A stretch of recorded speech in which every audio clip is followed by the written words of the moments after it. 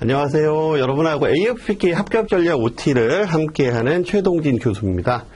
AFPK는 지금 금융권 취업을 준비하시는 취업 준비생분들이나 아니면은 현업에서 지금 현재 근무하고 계시는 분들이나 가능하면 꼭 따야 되는, 그렇죠? 딸 수만 있으면 꼭 따야 되는 가장 중요한 필수 자격 중에 하나가 이제 AFPK죠. 그다음에 AFPK를 딴 다음에 예비 과정이 끝났으니까 이제 CFP에 도전할 수 있는 그런 부분들이기 때문에 상당히 중요한 자격증 과정 중에서는 꽤 금융권에서 알아주고 중요한 부분에 해당이 되죠. 전체적으로 문항수는 190문항이 나오게 되고요. 모듈 1과 모듈 2로 나눠져서 시험을 보게 되는데, 물론 모듈 1이나 모듈 2 전부 같은 날짜에 시험을 봅니다. 그렇죠?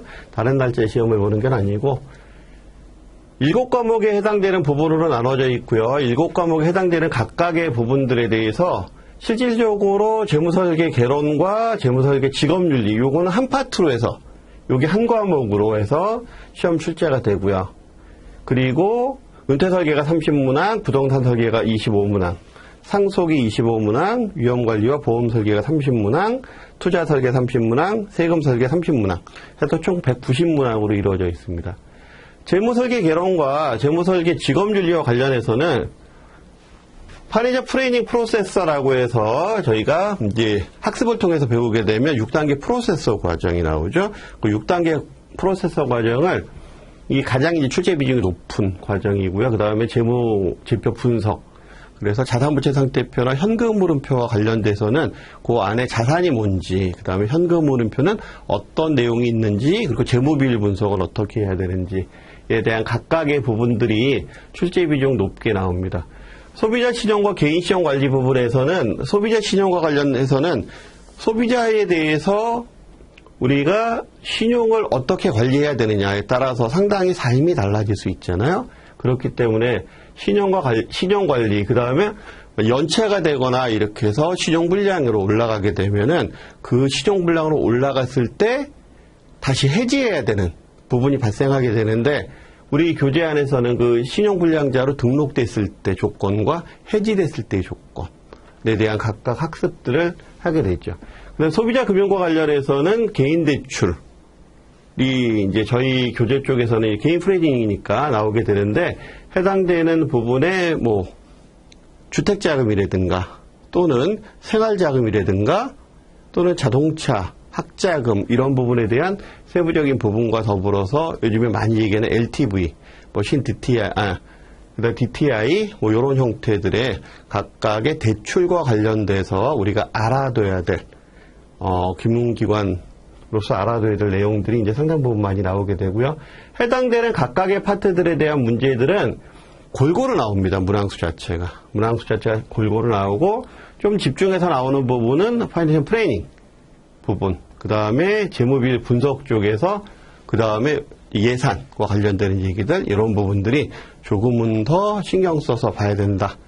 그 다음에 소비자 관련해서 부채 관련해서 개인 회생이나 또는 뭐 그 파산 관련되는 이야기들, 그 다음에 워크아웃 부분, 이런 구제제도, 소비자 구제제도, 그래서 구제제도 관련되는 부분도 상당히 출제 비중이 높다라고 생각을 하시면 되고요.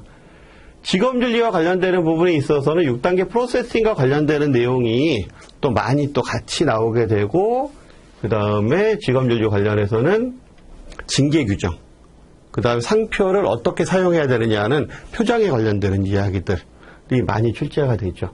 특히 징계 규정 같은 경우에는 안쪽에 숫자들이 좀 나와 있어요. 그 숫자들까지 좀 상세히 기억해 줘야 되는 그런 형태로 해서 나중에 이제 수업 들어가시게 되면 하나하나 제대로 이제 다 짚어드리죠.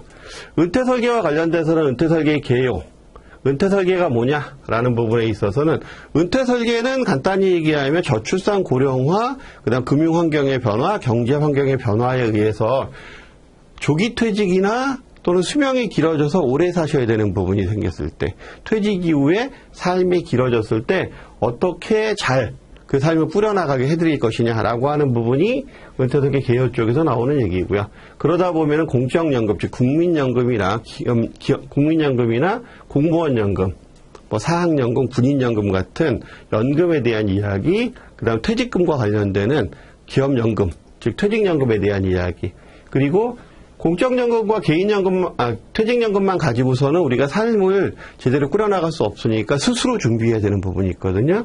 그러다 보니까 개인연금, 그리고 국가에서 실시하는 노인복지 부분에 대한 이야기들. 시험에서 가장 많이 나오는 부분은 공적연금, 그 다음에 기업연금, 개인연금, 특히 공적연금에서는 국민연금 쪽에 포커스가 좀 많이 맞춰져서 출제가 된다라고 보시면 되고요. 부동산 설계와 관련해서는 부동산이 뭐냐서부터 시작을 해서 부동산에 대한 기본 정립. 부동산 우리가 쉽게 얘기하면 부동산이라 그러면 뭐 땅, 그 다음에 집, 건물 뭐 이런 부분이잖아요. 그 다음에 그 부동산과 관련되는 권리, 소유권이라든가 지상권이라든가 지역권이라든가 각각의 법률 관련, 그리고 공법, 부동산 공법과 관련되는 부분, 그리고 부동산의 가격을 평가하는 가치 평가에 대한 부분이고요.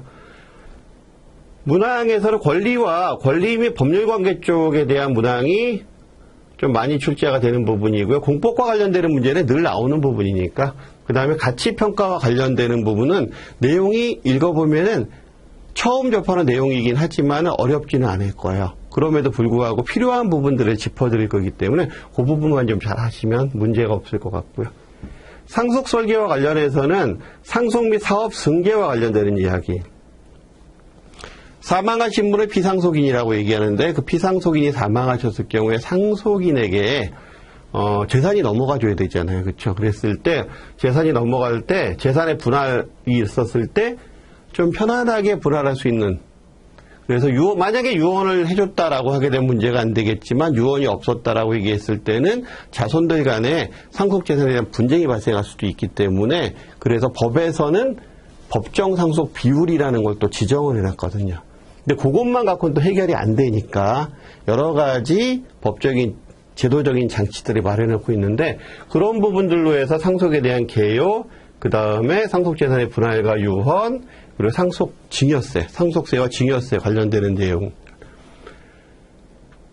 출제 포인트는 크게 바라보면은 사업 및 사업 승계와 관련되는 부분서부터 전반적으로 뭐 골고루 출제가 되는 부분들이고요. 골고루 출제가 되는 부분들이고 특히 유언과 관련되는 부분이라든가 상속 재산과 관련되는 부분들이 조금은 더 출제 비중이 높다. 그래서 저희하고 이제 수업을 같이 하시게 되면 그 부분에 대해서 명확하게 짚어드릴 거고요. 자, 위험과 보험 설계. 자, 위험이 뭐냐, 보험 설계, 보험이 뭐냐라고 하는 부분서부터 시작을 하는데 위험이라는 그 부분은 뭐 간단히 얘기하면 리스크죠. 그렇죠? 예, 보험이라는 부분은 위험을 내가 가지고 있는 위험을 이전시키는 것.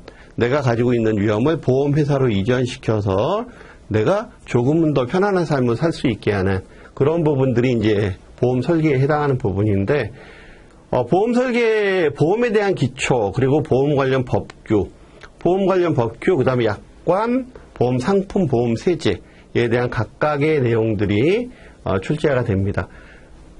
특히 보험의 기초와 관련되는 부분으로 해서 수지상등의 원칙이라든가 대수의 법칙이라든가 하는 부분들에 대한 이야기들, 그리고 극보, 반대의 극보의 원칙에 대한 이야기, 그런 이야기들이 출제에서는 항상 빠지지 않고 나오는 부분들이고요. 관련 법규의 약관. 자, 보험 상품 같은 경우에는 손해보험과 생명보험 그리고 재산보험으로 나눠지는데 골고루 출제가 되는 부분이에요. 그래서 어느 하나에 치중하기보다는 전반적으로 내용을 잘 숙지해야 될 필요성이 있다는 부분이고요. 투자 설계와 관련돼서는 투자 위험과 수익률, 그 다음 증권시장, 주식, 채권, 증권 분석, 파생상품, 금융상품. 자, 요렇게 놔두면 굉장히 어려운 부분들이 다 모아져 있는 것 같은데, 실질적으로 저희 A과정에서, AFPK 과정에서 얘기하는 투자 설계는 그렇게 난이도 깊이 있게 들어가는 부분이 아니기 때문에 아주 기초적인 부분에 대한 이야기들을 할 거예요. 그렇기 때문에 30문항이 나오더라도 크게 어렵지 않게 푸실 수 있을 거고요. 아마 지금까지 얘기한 재무설계 개론이나 은퇴설계, 부동산 상속 위험과 보험 설계보다는 투자 설계 쪽이 더 수월하게 시험을 보시는 분들도 더 많아요. 왜냐하면 위쪽에 해당하는 부분들은 이해도 같이 해야 될 필요성도 있지만 투자 설계와 관련되는 부분들은 공식이나 이런 부분들 딱 정리가 되어 있는 부분들 그냥 외워버리면 되는 부분들이 상당히 많기 때문에 그래서 물론 다른 부분들도 정리가 되어 있는 부분들이 상당히 있어요. 그렇지만 투자 설계가 오히려 접근하기는 더 쉬울 수도 있다. 세금 관련해서는 세금 총론이나 금융세제, 부동산세제, 그 다음에 뭐 소득세제나 이런 각각의 세제에 관련되는 부분들 그리고 연말정산과 관련되는 부분들도 쭉 해서 세금과 관련되는 부분들은 전반적으로 출제가 되는데 특히 세금과 관련되는 부분에 있어서는 상속 및 증여세와 관련되는 부분들은 상속설계 쪽에서 다루어지기 때문에 그런 부분들을 제외한 나머지 세금과 관련되는 이야기들 여기서도 투자설계와 마찬가지로 이해보다는 외워야 되는 부분들이 조금은 더 많을 것이다. 왜냐하면 세금은 우리가 뭐 세금을 왜 매겨요라고 얘기하면 그걸 이해할 수 있어서 매기는 게 아니고 정해져 있기 때문에 그냥 내야 되는 거거든요. 그렇기 때문에 투자 설계와 세금 설계 쪽은 암기하는 쪽이 좀 있을 거고요. 재무 설계 개론이나 직업 윤리, 은퇴 설계, 부동산, 상속 설계나 유형 관리 및 보험 설계 쪽은 암기 쪽에 해당하는 공부량보다는 이해하는 쪽에 해당하는 공부량이 조금은 더 많아야 된다라고 생각을 하시면 되고요. 전체적으로 시험 문제나 이런 부분 내용은 어렵지 않기 때문에 75점에서 85점 정도 맞아주는 전략을 갖고 가면 되고요. 그렇게 맞아주는 전략을 갖고 간다라고 하면 7과목 중에서 내가 잘할 수 있는 과목들이 딱 있어요. 보면은 7과목의 책을 보고서 한 번 정도 넘겨보고 한 번 정도 강의를 들어보면은 전체 중에서 나는 은퇴 설계나 상속 설계, 부동산 설계는 참 쉬운데 투자나 세금 설계 쪽은 좀 어려운 것 같아라고 하면 여기는 과락을 면할 정도로만 기본적인 부분으로만 하고 나머지 자신 있는 과목에서 점수를 올려주는 그런 형태의 합격 전략이 필요하고요. 그렇게 해서 전체적으로 75에서 85점 정도에 해당하는 출제 점수로 합격하는 게 가장 좋죠. 물론 100점 맞으면 가장 좋지만 그렇죠? 물론 저 같은 경우에는 A 과정은 수석을 했어요. 근데 지금 생각해도 수석을 한 사람이나 아니면 그냥 합격한 사람이나 합격증은 똑같은데 그죠? 이렇게 자랑거리 한 번 정도 할 정도의 물론 그 보람은 있었지만은 굳이 그럴 필요는 없다라는 거죠. 자, 그 다음에 출제 빈도를 고려한 학습을 해야 되고요. 그리고 실전 모의고사 문항을 분석을 하고 그 다음에 학습 기간은 3개월 정도면은 충분히 커버가 됩니다. 여기서 우리가 3개월 정도라고 얘기하는 것도 전체적으로 이 모든 과목에 대해서 아주 상세한 부분까지 디테일하게 공부할 필요는 없기 때문에 그렇다라고 하게 되면 한 2달 정도 안쪽에서도 충분히 해결할 수 있는 부분. 그래도 좀 넉넉하게 보면 3개월 정도의 학습 시간이 필요할 거다. 그 다음에 전문교육기관을 통한 전략적인 학습이 필요하기 때문에 이제 저하고 같이 또는 저와 또 같이 하시는 교수님들하고 같이 또 하시게 되면 이 7가지 과목에 대한 정복이 뭐 크게 문제가 되지 않을 거다. 학습 요령은 정규 이론에 대한 이해가 대단히 중요하죠. 그리고 요약 강의를 암기하는 쪽이 대단히 중요합니다. 그래서 정규 이론에서 중요하다고 생각되는 부분들은 이 요약 강의를 따로 해드리기 때문에 해당되는 요약 강의를 좀 상세히 들어주는 것이 대단히 중요하고요. 혹시나 내가 정규 이론을 들을 시간에 제대로 다 못 들었다, 내 시험 시간이 촉박하다라고 하게 되면 중요 포인트, 핵심 문제집이나 최종 모의고사 쪽에 나와 있는 사지선다에 해당하는 부분들을 잘 숙지하시고 요약 강의를 또 집중적으로 들어주시는 것도 하나의 팁이 될 수 있어요. 그렇긴 하지만 그거는 하나의 요령이고요. 가장 좋은 거는 정규 이론을 충분히 학습해 주시는 게 가장 좋죠.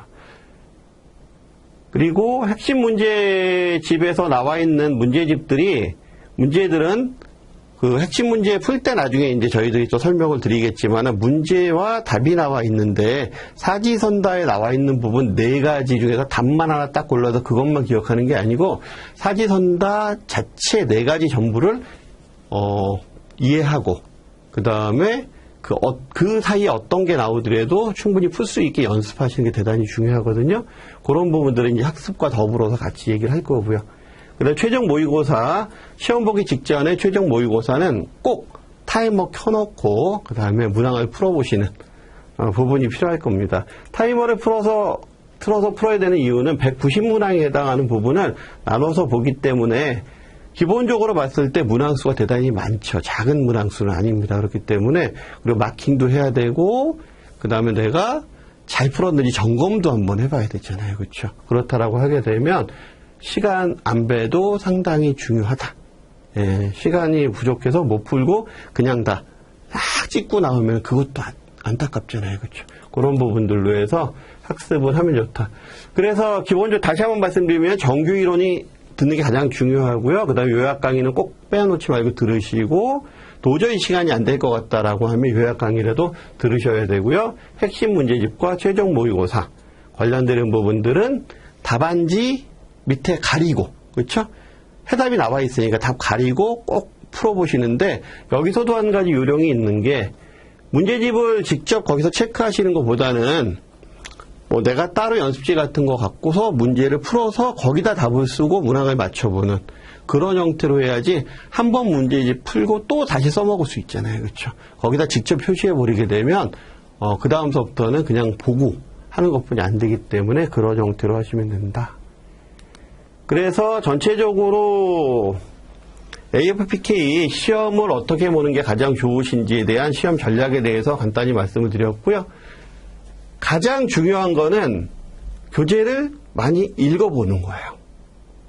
그리고 수업 시간에 저희가 중요하다라고 얘기하는 부분들을 다시 한 번 더 쳐다보는 거. 그런 부분이고 결코 시험은 어렵지 않다. 그래서 충분히 함께 하시면 합격하실 수 있다라고 생각하시면 됩니다.